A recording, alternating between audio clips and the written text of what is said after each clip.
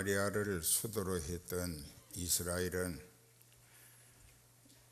하나님으로부터 많은 채찍과 시련을 겪으면서도 하나님 절대주의 신앙을 갖지 못했습니다. 바알과 아세라로 인한 아합왕과 그 아내 이세벨의 선동과 유혹, 위협이 이스라엘로 하여금 하나님을 등지게 하고 사람이 만든 조각 예술품에 불과한 미신 우상을 섬긴 죄로 3년 6개월 피나 이슬이 한 방울도 내리지 않아서 왕은 고향 진미로 배불릴 수 있었으나 대중 서민들은 헐벗고 굶주리며 죽어갈 수밖에 없었던 시련도 아무리 권력에 의한 박해와 탄압이라 혹은 선동과 유혹이라 했을지라도 하나님과의 관계, 믿음의 정절은 철석같이 지켰어야 했다는 교훈을 남기신 것입니다. 그때의 엘리야라고 하는 디셉 사람 엘리야, 그 엘리야라고 하는 이름의 뜻은 여호와는 나의 하나님이시다.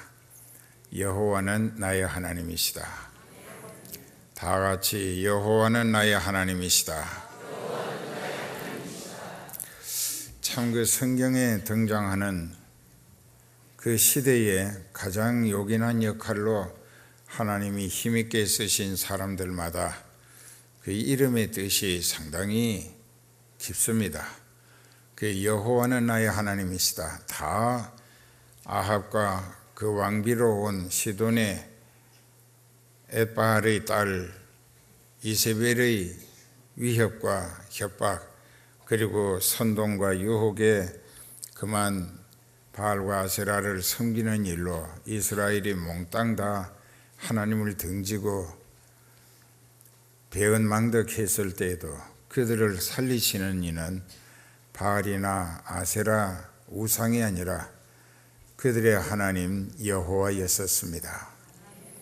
지금 땅 위에 사람들이 만든 여러 가지 종교 다원화 시대라고 떠들고 있지만은 하나님 아닌 다른 것들을 자기 신으로 삼아 섬긴다고 하는 것은 하나님이 살리시는 인생으로서는 스스로 하나님의 심판과 형벌을 재촉하는 경거망동일 수밖에 없습니다. 그리고 모든 학설과 이론, 그리고 닥터 디글이라고 해서 박사학위가 많은 분야에 많은 사람들로 기대감을 갖게 하는데 그 모든 학문이 성경에서 발생했다고 하는 것은 아무도 부인할 수가 없습니다. 그렇기 때문에 학 중에서는 신학이라고 하는 것이 그 데알라지칼이라고 하는 그 신학이라고 하는 것이 가장 하나님과 인간관계에 있어서 하나님의 기본적 교훈이면서 하나님이 우리에게 주신 만물을 창조하신 원리와 왜 창조하셨는가 하는 목적에 따라서 그것들을 보존, 유지시켜 가시면서 하나님의 뜻을 이루시는 도구들로 사용해 가시는 하나님이라고 깨닫게 될 때 여러분 각자 자기라고 하는 존재, 이 나라고 하는 것이 아버지 아무개, 어머니 아무개에서 어쩌다가 생겨난 그런 존재가 아니고 영을 파송하신 하나님께서 부모의 태중에 생기게 하시며 내 인생이 출생할 때에 영을 넣어 주셔서 그 영으로 하여금 하나님과의 교제가 지속되면서 하늘나라까지 상속받을 수 있는 구원의 기대를 가지시고 또 더 많은 영혼을 구원시키는 일에 쓰시기 위해서 우리를 생기게 하시고 나게 하시고 때가 되어 불러들이시고 진리를 성령으로 깨닫게 하시고 성령의 체험과 다양한 역사의 감동을 통하여 믿어지게 하시는 줄을 깨달아야 합니다. 그 엘리야는 아합으로 인하여 그 아내 이세벨이 바알이 만들어 섬기던 그 시돈이 만들어 섬기던 바알이라고 하는 우상을 섬기는 일로 이스라엘이 변절하게 만들었습니다. 하나님을 배은망덕했던 거죠. 그러나 하나님은 계속 그들의 하나님이셨습니다. 그래서 엘리야를 세우신 거예요. 엘리야의 이름이 의미하듯이 대굴에서부터 왕과 왕비가 협박을 통하여 왕비가 가지고 온 바알과 아세라를 섬기지 아니하면 여러 가지로 불이익을 주겠다고 위협을 해도 믿음의 정절을 지키던 사람들이 7,000명이나 있었습니다. 그런가 하면은 그 중에서 엘리야라고 하는 그 이름은 여호와는 나의 하나님이시다. 나는 절대로 여호와 하나님 이외에 다른 분을 나의 신으로 모실 수도 섬길 수도 없다. 그래서 아합이 그를 죽이려고 3만 명의 군대를 동원해서 잡아 죽이라 했으나 하나님이 생명싸개로 지켜 보호하시면서 자기 뜻을 이루어 가시는 일꾼으로 쓰시는 한 그는 아무도 해칠 수가 없었습니다. 그런 것을 생각할 때 생명의 주권은 내가 가진 것이 아니라 하나님이 용도 기대에 따라서 또 이 사람이 앞으로 하나님의 뜻을 이루어 가시는 과정에 꼭 필요한 일꾼으로 계획되어 있다고 하면 그 사람은 아무도 해치지 못하도록 죽을 병에 걸려도 고치시고 살려가며 쓰시는 하나님이시다. 여러분들의 목자를 통하여 확인해 보시기 바랍니다. 그렇기 때문에 앞으로도 엘리야가 그때 했던 일은 갈멜산에서 바알과 아세라의 그 제사장이라고 하는 거짓 종교의 지도자 850대 1로 엘리야는 혼자였고 갈멜산은 기도의 산이었는데 거기서 백성들을 다 모이게 하고 온 백성들이 지켜보는 가운데 먼저 송아지를 잡아서 장작을 쌓아놓고 그 위에 각을 떠서 얹고 바알의 선지자 아세라 선지자들을 850명에게 기회를 줍니다. 너희가 먼저 너희 신에게 기도해서 그 신이 있다면 불로 이 재물을 바싹 태우는 응답을 나타내 봐라. 그게 없다면 너희는 거짓 선지자고 또 너희가 전하는 모든 것은 다 거짓말이고 가짜다. 그렇게 해서 850대 1로 엘리야는 혼자였습니다. 그렇게 했습니다. 근데 아침부터 시작해가지고 한나절이 지나고 저녁 소재 드릴 시간이 돼도 아무 응답이 없습니다. 그러니까는 왕과 왕비는 가슴이 탑니다. 저들이 부르짖어 가지고 그 바알 혹은 아세라의 신이라고 하는 것이 불로 그 모든 재물을 바싹 태워 흠양하는 모습을 백성들에게 보여줘야 하겠는데 전혀 아무 반응이 없습니다. 그러니까 바알과 아세라 선지자라고 하는 거짓 선지자들은 칼로 자기 몸을 상해가면서 어떤 사람은 자기 이 머리를 칼로 긁어가지고 피가 나게 해가면서 용을 쓰다 악을 쓰고 해도 응답이 없었습니다. 그러니까 엘리야가 가서 약을 올렸습니다. 야, 너희 신이 어디 출장 갔는지 아니면 깊이 잠들어 있는지 더 크게 불러봐라. 그 사람들은 약이 올라가지고 더 기를 쓰고 발광을 했으나 응답이 없었습니다. 그의 해질녘에 그들이 포기했습니다. 자기네들이 가짜라고. 우리는 흙것을 숭상하게 했고 자기네들도 거짓 지도자였다라고. 근데 엘리야는 자기 제단에 이 장작을 쌓고 소를 잡아서 각을 떠서 얹어놓고 옆으로 돌아가면서 도랑을 파게 하고 물을 6통이나 갖다 부어서 도랑에 물이 가득 차게 하고 그리고 단 한마디 기도했습니다.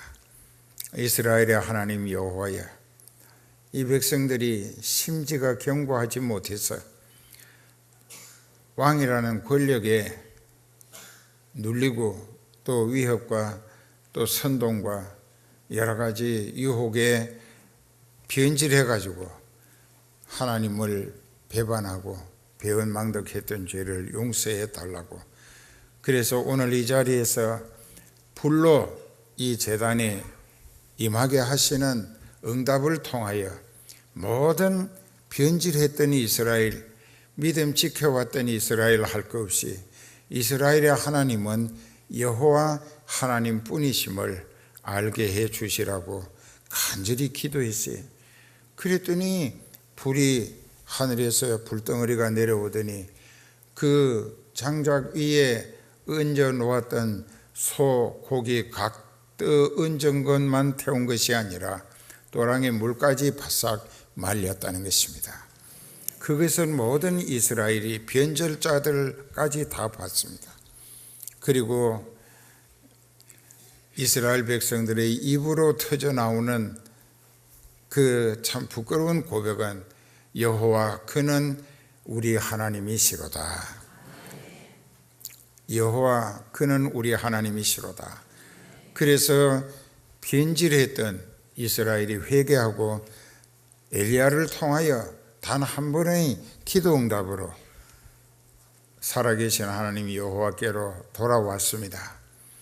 그랬는데 그 엘리야가 나이가 많아졌습니다. 그 이제 구약 성경에 열왕기상 19장 19절 이하에 보면은 엘리야가 사역이 그때는 왕이나 또 군대나 또 무슨 정치, 경제, 사회, 문화 할 것 없이 선지자를 통하여 임금도 통제했었습니다. 그렇기 때문에 그 엘리야가 너무나 바빴는데 어느 날 하나님이 엘리야에게 말씀하십니다. 너는 아벨 무홀라에 사는 사밧의 아들 엘리사를 찾아가서 너희 후계자로 그를 기름 부어 세우라 하셨어요. 근데 사밧이라고 하는 사람이 엘리사의 아버지 이름이고 산 곳이 요단 강둑에 넓은 평원이 있는데 거기에서 땅이 많게 농사를 짓고 있었습니다. 그래서 엘리야가 찾아갔습니다. 찾아가 가지고 이제 보니까는 얼마나 밭이 크고 땅이 많았던지 소 12결의를 가지고 12결이니까 한 결이면 2마리씩이니까 24마리의 소로 2마리가 멍에 하나씩을 메고 쟁기로 밭을 갈고 있었는데 그 엘리사는 12번째 결의의 쟁기를 잡고 밭을 갈고 있었다는 것입니다. 그래서 그리로 다가갔어요. 엘리야가 다가가 가지고 자기 겉옷이 예복인데 선지자의 예복을 벗어 가지고 그 엘리사에게 갖다 씌웠습니다. 그러니까 엘리사가 그 옷에 덮어 씌워지니까는 쟁기질을 더 할 수가 없어서 그 자리에서 멈추고 그리고 밭독으로 가서 그 엘리야에게 간청을 했습니다.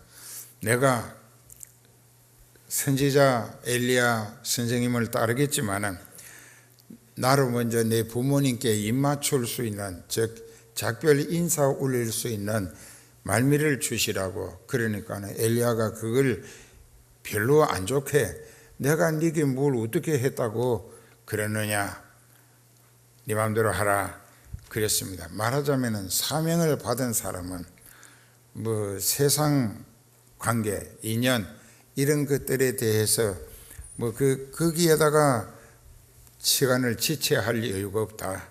그러니까 너는 빨리 하나님이 너를 택하셨고 내 후계자로 정하셨으니까 너는 지금 즉시 나를 따라야 된다. 그런 뜻입니다.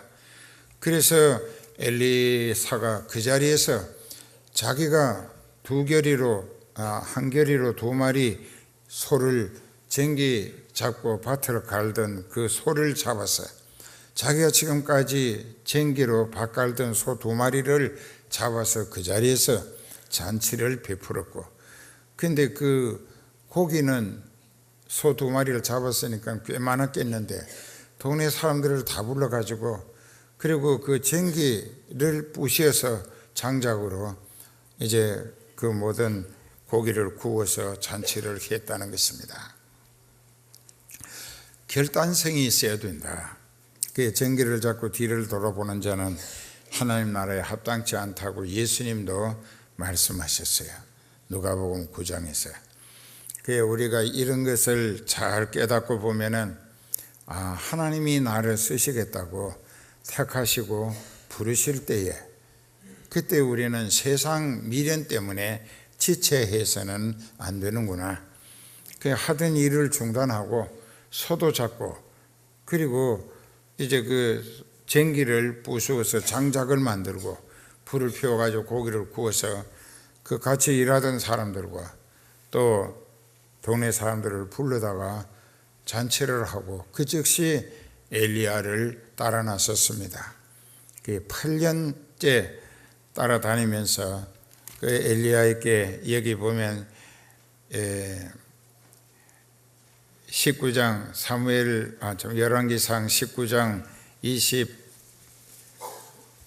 21절에 보면은 엘리사가 저를 떠나 돌아가서 소 한 겨리를 취하여 잡고 소의 기구를 불살라 그 고기를 삶아 백성에게 주어 먹게 하고 일어나 가서 엘리야를 쫓으며 수종 들었더라.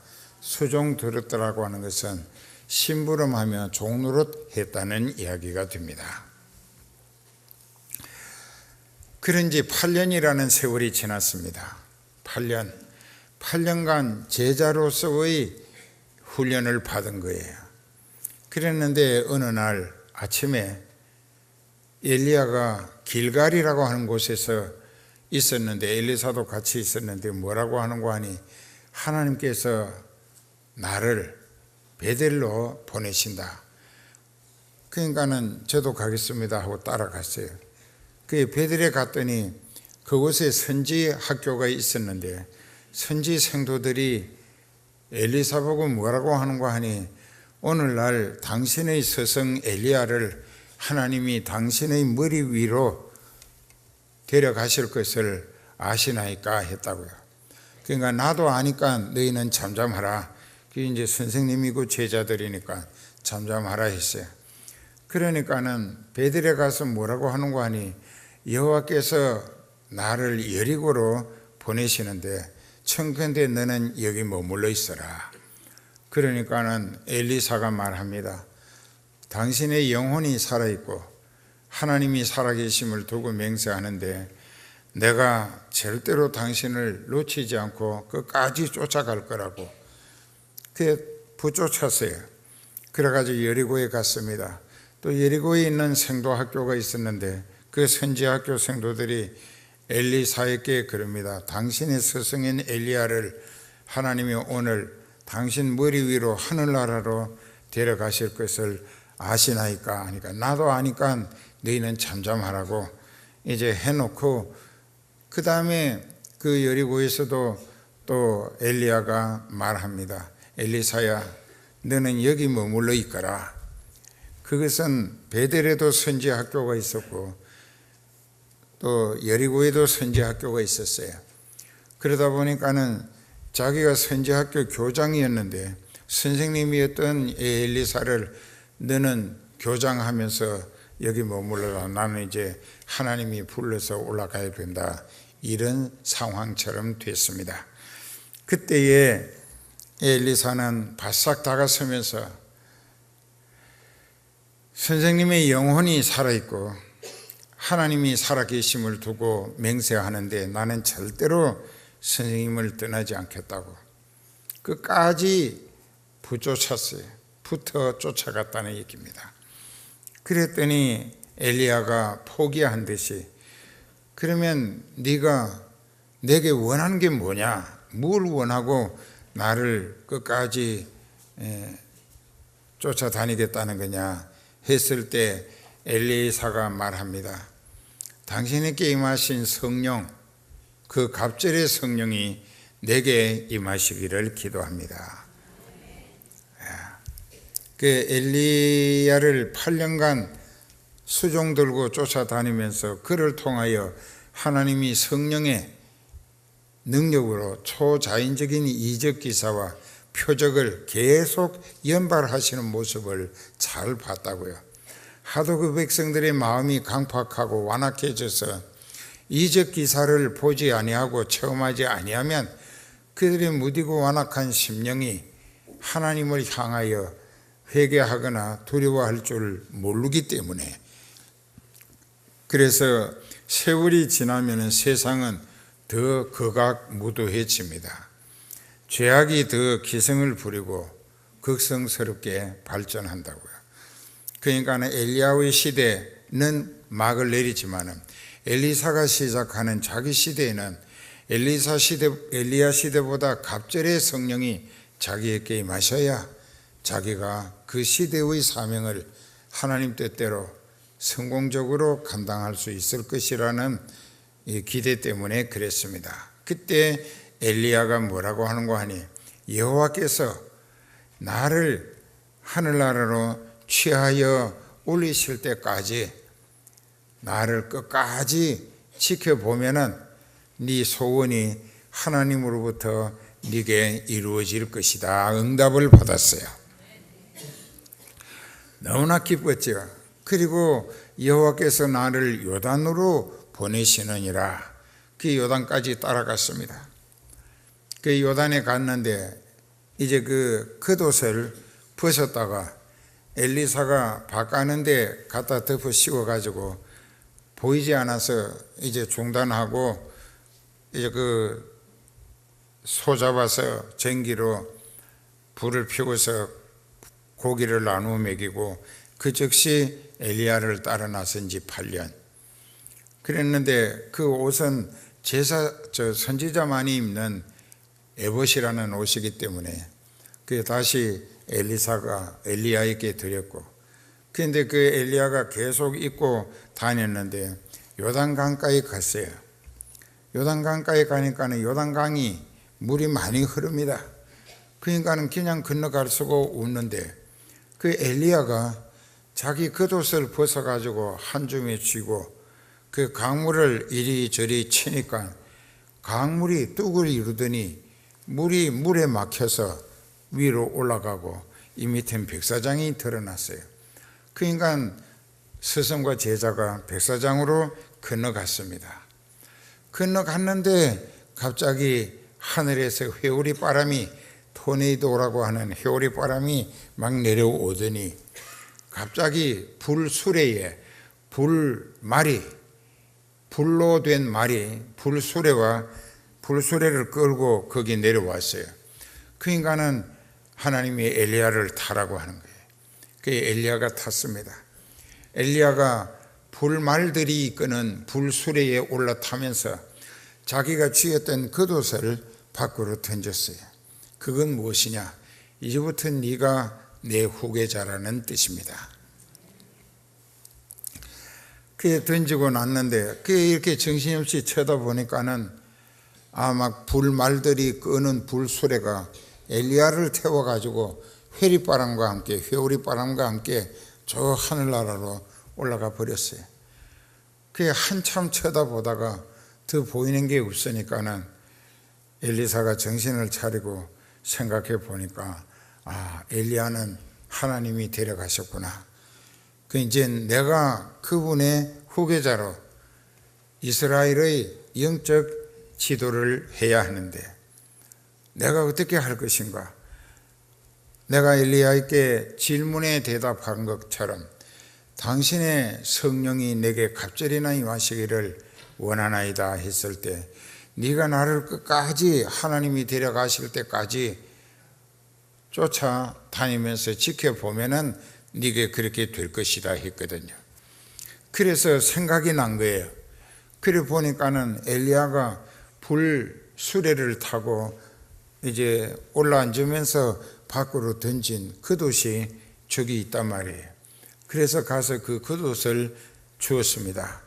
주어가지고 다시 요단을 건너와야 되니까, 그래서 자기도 기대에 엄청나게 가지고 그 엘리야의 겉옷을 가지고 요단강에 와서 강물이 역시 아주 도도하게 흘러가는데 건너야 되니까, 그래서 그 엘리야가 했듯이 스승님이 하신 그대로 이 요단 강물을 이리 치고 이리 치면서 엘리야의 하나님은 어디 계시나이까 라고 했더니, 그만 물뚝을 쌓고 밑에 백사장이 드러나서 건너게 될 때에 여리고 생도 50명이 멀찍이서 따라다니면서 그 장면을 봤어요. 그때 엘리야의 겉옷을 쥐고 요단 강물을 가르고 백사장으로 건너오는 엘리사를 환영하면서 그 앞에 엎드려 경배하면서 뭐라고 했느냐, 이제 엘리야의 하나님이 엘리사에게 함께 하신다. 즉 엘리사는 엘리야의 제자로서 후계자가 됐다는 사실을 공적으로 인정하게 됐다는 것입니다. 자, 하나님은 이렇게 하십니다. 하나님은 보이지 않는 영이시고 영의 세계뿐만 아니라 이 만물을 창조하시고 그 가운데 있는 역사를 엮어 가시는 하나님이신데, 그 하나님이 우리 눈에 보이지 않아도 우리에게 체험을 주시는 거예요. 물이 갈라지게 하는 거. 그 옛날에도 선지자가 됐다고 하면은 그 선지자를 공적으로 인정받기 위해서는 하나님이 그 사람을 보내시고 붙들어 쓰시는 하나님의 능력의 증거가 나타나야 공인이 될 수 있었다는 것입니다. 그러니까는 선지자라고 아무리 떠들어도 그 사람을 통하여 하나님의 능력이 이적 기사를 나타내는 표적이 없다고 하면은 지금 가짜다 이렇게 되는 거예요. 알아들어요? 그러니까는 보이지 않는 세계의 하나님이 우리 인간들에게 오각을 통하여 이 눈으로 보고 귀로 듣고 또 이제 코로 냄새 맡고 입으로 맛보고 이 손끝 발끝으로 이렇게 만져봐서 닿으면은 감각으로 느끼는 이 오각을 통하여서 하나님의 존재를 알게 하시는 방법이, 하나님의 일을 위하여 성령으로 충만케 하시어서 보내신 사역자, 이것을 사역자라고 합니다. 보낼 사자고 인력자입니다. 하나님의 일을 위하여 보내심을 받은 사람, 이것을 헬라어로는 아포스톨로스라고 해요. 영어로는 세인트라고 합니다. 그러면 사역자, 그 하나님이 자기 일을 하도록 성령을 주시어서 성령의 사람으로 보내심을 받은 사람을 사역자라고 합니다.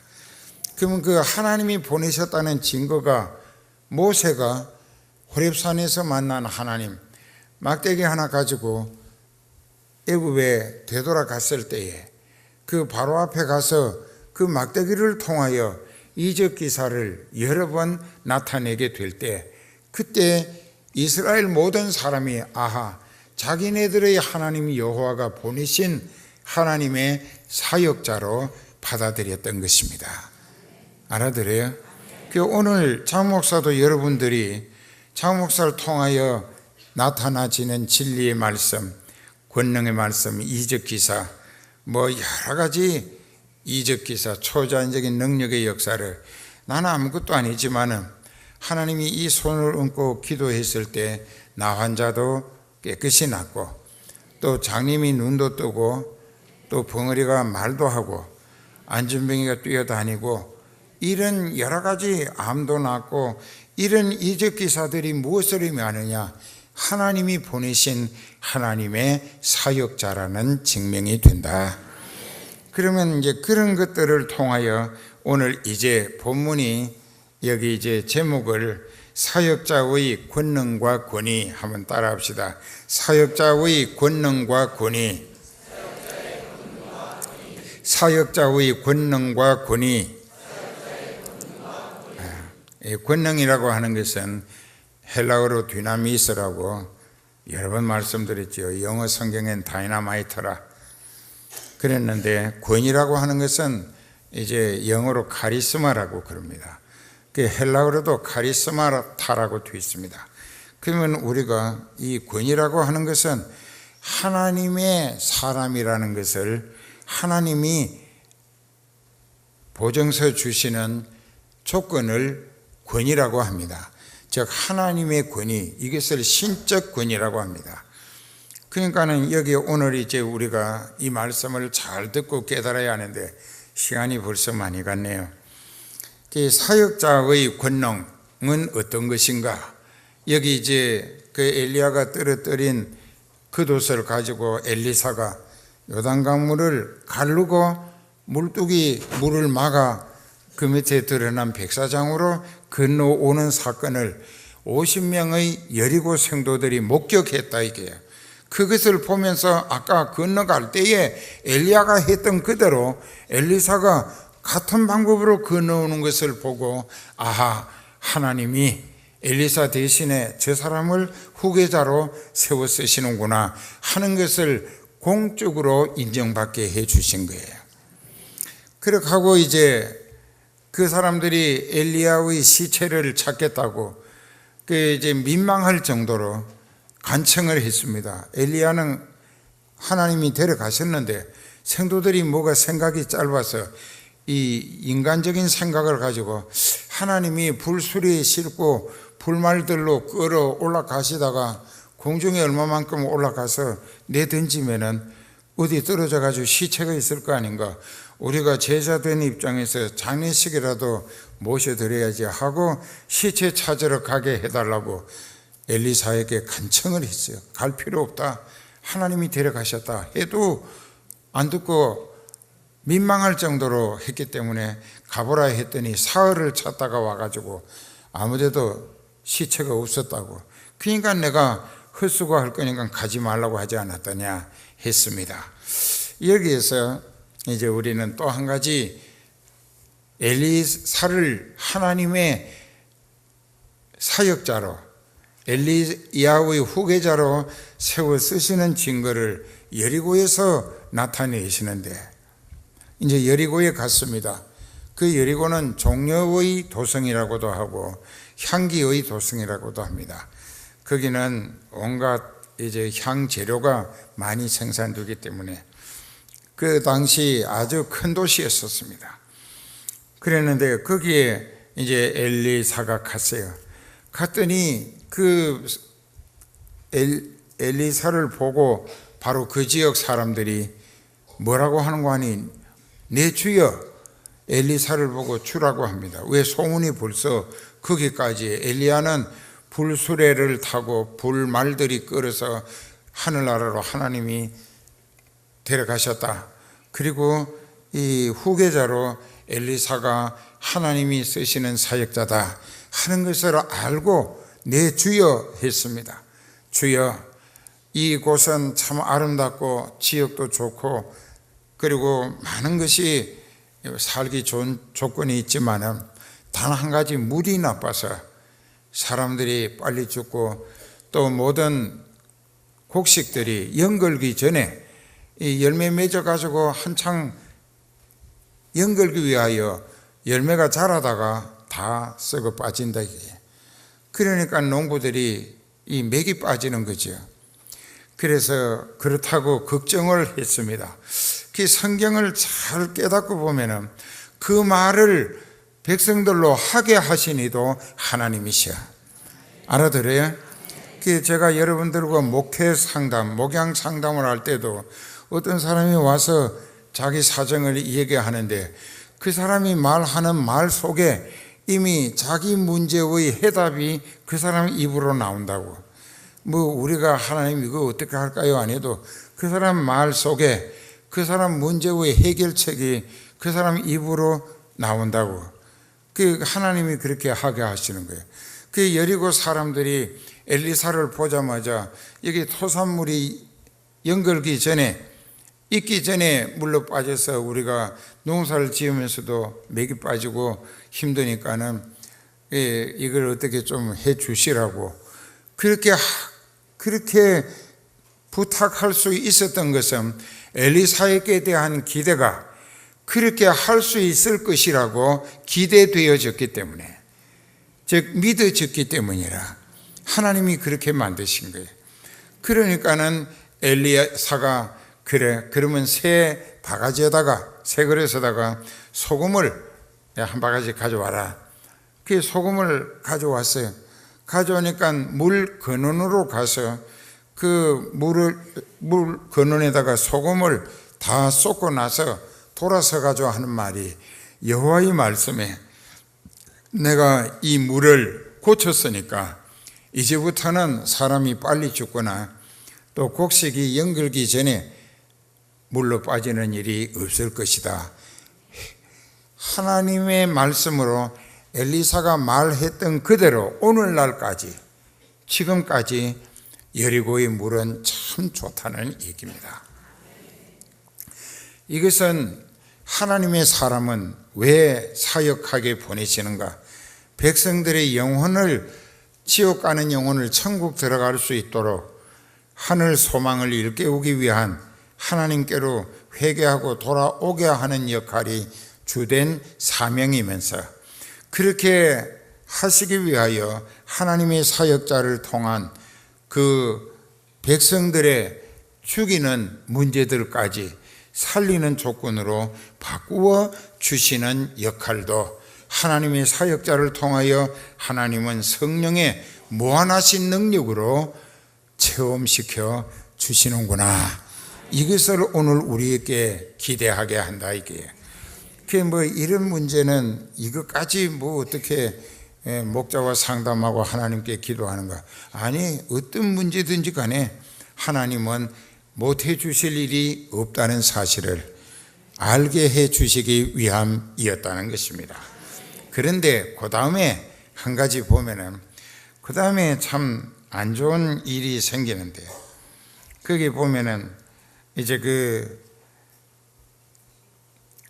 23절에 보면은 오늘 본문 열왕기하 2장 23절에 엘리사가 거기서 베델로 올라가는데 길에 걸어갈 때에 젊은 아이들이 성에서 나와가지고 저를 조롱하여 가로되, 조롱했다는 것입니다. 놀렸다는 것이요. 조롱하는 것은 상대방을 인격적으로 완전히 무시하고 능멸하는 태도인 것입니다. 조롱하여 가로되 대머리에 올라가라, 대머리에 올라가라. 이 말씀 속에서 엘리사가 상당히 대머리였다는 사실을 우리가 알게 됩니다. 엘리사가 머리가 많이 대머리였나 봐요. 이제 대머리에 올라가라, 대머리에 올라가라. 이 말 속에 무엇이 있는가? 엘리사만 무시하는 게 아니라 엘리사를 쓰시는 하나님을 능멸하는 교만이 거기 나타난 것입니다.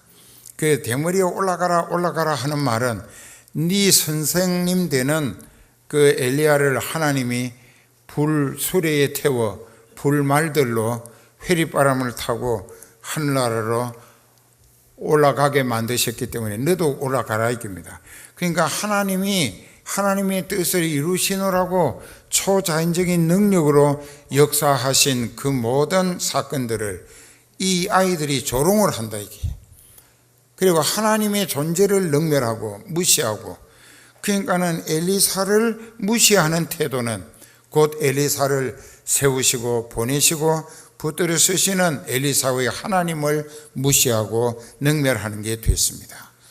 그러니까는 여기 사역자의 권능은 아까 여러 가지 영육간에 살리는 일들로 하나님의 성령이 하나님의 뜻을 따라 역사하시어서 이 썩은 물도 생수로 바꾸어 주시는 하나님이시다. 그러나 여기서 이 여리고의 젊은 소년들이 엘리사를 보고 대머리야 너도 올라가라, 너도 올라가라 했을 때에 이것은 하나님을 완전히 무시하고 능멸하고, 그리고 마귀합집이 노릇을 한 것이죠. 그러니까는 엘리사가 아차, 내가 하나님의 사역자로서 하나님의 사역을 해야 하는데 또 저것들에게 죽이는 물을 살리는 물로, 그러니까 썩은 물을 생수로 바꾸어 주기도 하나님이 하셨는데 그 은혜도 알지 못하고 오히려 하나님을 멸시하는 말, 무시하는 말, 능멸하는 말로 대머리에 올라가라, 대머리에 올라가라 했기 때문에 이건 엘리사가 자기가 기분이 나빠서가 아니라 자기 하나님 여호와의 권위를 실추시키는, 그 하나님을 능멸하고 그리고 오만 무례한 그들에게 본을 남기기 위하여 성경에 이 기록이 남기게 하시기 위하여 하나님이 저들을 벌해달라고, 하나님을 능멸하는 저들을 처리해 달라고 기도했더니 숲을 속에서 곰, 암곰 2마리가 나오더니 그 아이들 42명을 찢어가지고 죽였다 이게요. 이것은 무엇을 의미하느냐? 사역자의 권위는 하나님의 권위와 일치한다. 알아듣습니까? 왜? 그 사람을 하나님이 보내신 거예요. 그 사람은 자기가 자기 일 하러 간 게 아니고 하나님이 하나님 일 하라고 보내셔서 하나님의 일을 하는 중인데, 그 사람이 능멸하는 것은 그 사람의 하나님을 능멸하는 것이라. 그래서 암곰 2마리에게 42명이 찢기워서 그 자리에서 죽임을 당했다. 이것은 하나님의 사역자의 권위라. 그 예수님도 사도행전 9장 1절 이하에 보면은 사울이라고 하는 청년이 이 다메섹에 사는 공문을 가지고 그곳에 사는 그리스도인들의 명단을 받아서 갔습니다. 2절에 보면 다메섹에 가까이 갔을 때 그때 갑자기 빛이 자기네들을 둘러 비추는, 그러니까 깜짝 놀랐어요. 그런데 그 빛 속에서 소리가 들립니다. 사울아 사울아 네가 어찌하여 나를 핍박하느냐. 자, 이 말씀 잘 기억하세요. 사울아 사울아 네가 어찌하여 나를 핍박하느냐. 사울은 예수님 본 일도 없습니다. 만난 일도 없어요. 지금 처음 만나는 거예요. 근데 네가 어찌하여 나를 핍박하느냐. 이 사울이 스데반 죽이는 일에도 장본인이고 또 많은 교인들을 잡아다가 때리고 옥에 가두고 괴롭혔다고요. 근데 성도들, 성령 받은 성도들에게 행패하고 핍박하고 또 매질을 하고 옥에 가두고 죽이고 하는 것을 예수님은 자기에게 하는 것이라고 말씀하셨어요. 그 인간 성령 받은 성도 이콜 예수님이다 이게. 그 예수님은 바로 그 성령 받은 성도들과 한 몸이라. 그렇기 때문에 성도들을 괴롭히는 것은 예수님을 괴롭히는 것이라. 사울아 사울아 네가 어찌하여 나를 핍박하느냐 했을 때 사울이 땅에 엎드려 가지고 뉘시오니까 당황해서 물었더니 나는 네가 핍박하는 예수라. 그러니까는 성도들이 당하는 핍박은 예수님이 당하시는 것과 같다고 예수님이 말씀하셨다 이게. 그러니까 오늘 우리도 예수님의 사역자는 예수님과 같은 대상으로 여러분들이 대할 때 여러분들에게 유익합니다. 왜 유익하냐? 거기 보면은 7장에 이제 열왕기하 7장에 가면은 그 6장 끝머리쯤 가서 아람 나라의 베나닷이라고 하는 왕이 다시 이스라엘을 쳐들어와 가지고 대군을 가지고 사마리아를 뺑 둘러쌌습니다. 사마리아 거기가 이스라엘의 수도 서울이었었어요. 거기 뺑 둘러싸 가지고 여러 달을 있다 보니까 성 안에 먹을 게 완전히 없어졌어요. 뭐 물건이 들어갈 수도 나갈 수도 없습니다. 그러니까 백성들이 굶어 죽을 지경에 이르렀을 때에 이제 왕이 기가 막히죠. 이 삼배옷을 입고 다닙니다. 하나님 앞에 두려워서. 그러는데 그때 모두가 다 참 비참한 이야기를 합니다.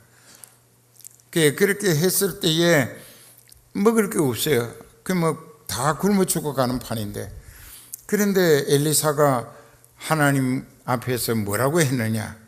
내일 아침 이맘때 사마리아 성문에서 고운 가루 한 서아에 한 세겔을 하고 보리 두 서아에 한 세겔을 할 것이다 그랬어요. 그러니까는 왕이 의지하는 그 장관이 뭐라고 했느냐 하면은 그 말을 불신하면서 못 믿겠다 하면서 빈정대는 말을 했습니다. 여호와께서 하늘의 창을 여신들 어떻게 이런 일이 있을 수 있겠는가 하고 그 헛소리 하는 거라고 거짓말이라고 비방을 했습니다. 그때 엘리사가 그 말을 듣기 바쁘게 네가 네 눈으로 내가 한 여호와의 말씀이 이루어지는 것을 목격은 하겠지만은 너는 그것을 먹지 못하고 죽을 것이다 했어요. 그 하나님의 사자가 죽을 것이다 하면 죽습니다.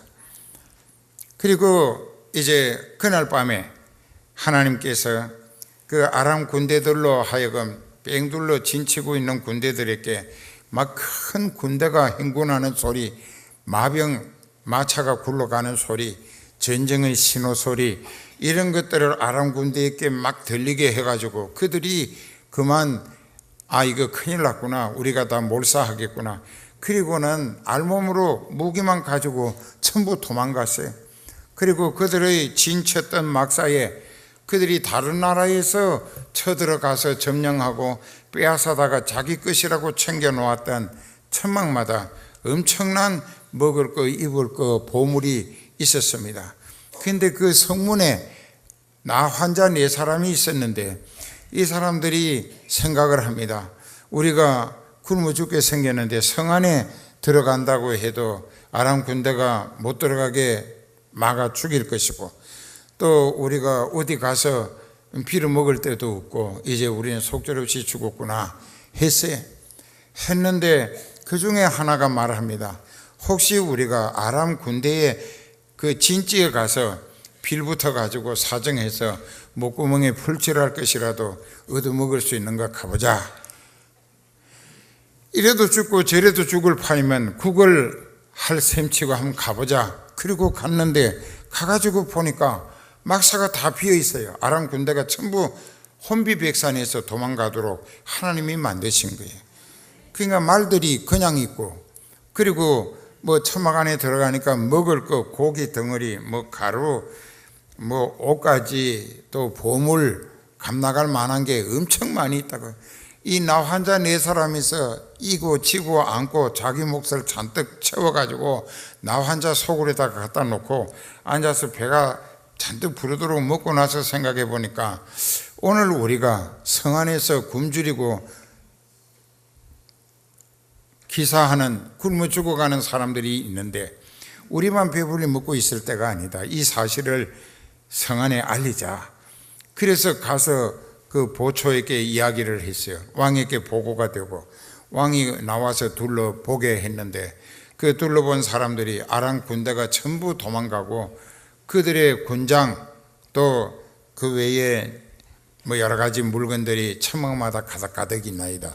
그 백성들이 그냥 쏟아져 나가서 막 자기 욕심껏 챙겨오는 거예요.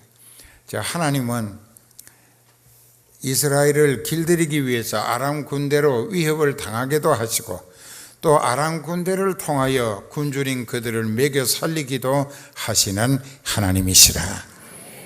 그래서 그들이 자기들의 하나님 여호와를 찬송하면서 배불리 먹게 될 때 얼마나 많은 사람들이 오랫동안 굶었다가 그 성 밖에 진치고 있던 아람 군대들이 천막마다 가서 양식이고 옷 가지고 값진 물건들을 제각기 힘껏 챙겨가지고 성문 안으로 들어오는데 나가고 들어오고 북새통이 이루어졌는데 그 왕이 의지했던 장관이 거기에서 그만 백성들에게 밟혀가지고 그 장면을 보기는 하고 밟혀서 죽었다고 열왕기하 7장 17절의 기록이 있습니다. 하나님의 사역자가 말한 대로 죽었더라. 이 정신 바짝 차리세요.